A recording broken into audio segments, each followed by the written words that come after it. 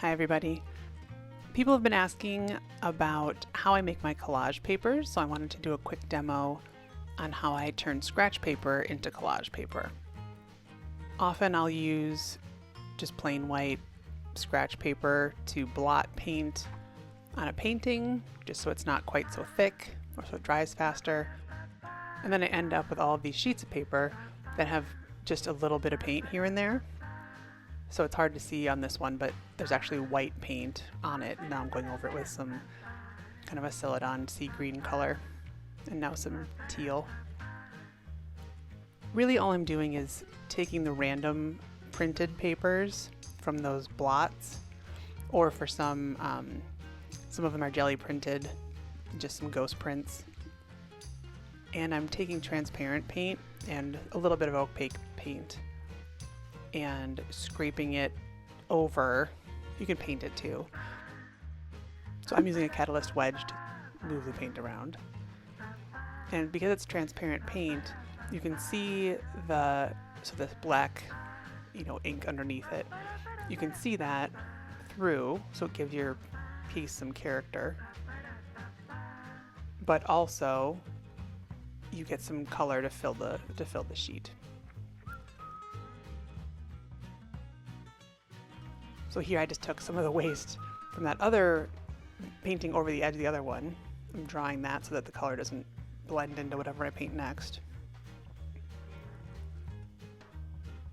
And I like having lots of random marks. I don't like to overplan my sheets. Sometimes I use new colors. So this is like a red oxide of some sort. And now some yellow ochre, I think, or some Indian yellow. And I'm just moving paint around, not thinking too much. Actually, I'm not thinking at all.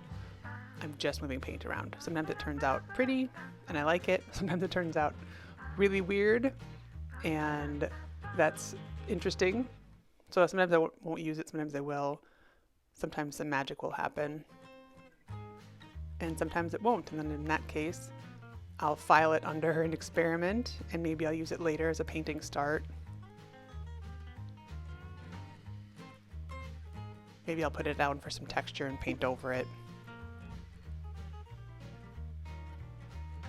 I rarely throw any paper away, which is great from a creative standpoint. I have lots of options, and terrible from a art room storage perspective. I have way too much paper.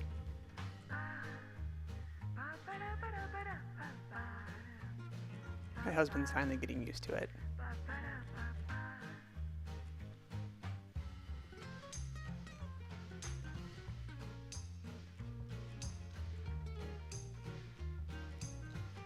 So again, I'm adding some marks here. I'm adding some marks here with some Neocolor crayons. You can add pen marks, you can add paint marks, you can do designs of paint if you want. Trying to quickly get through and color some, just so I had some extra options.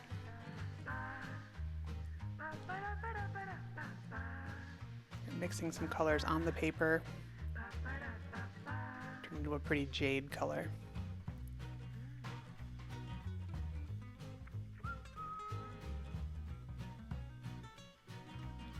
Again, there's no wrong way to do this. Start off with paper you wouldn't otherwise use. Sometimes you can make it into some paper that you would use, otherwise you find out what color combinations you don't like, and then you can go on from there. It's a really fun way to try out new colors too. Or colors that you don't normally spend time using.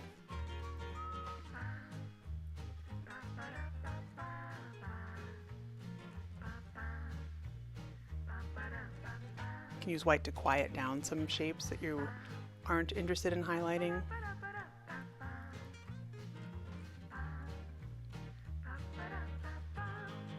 Here I'm using some colors that are similar, so it's not just the same color flat across the whole page.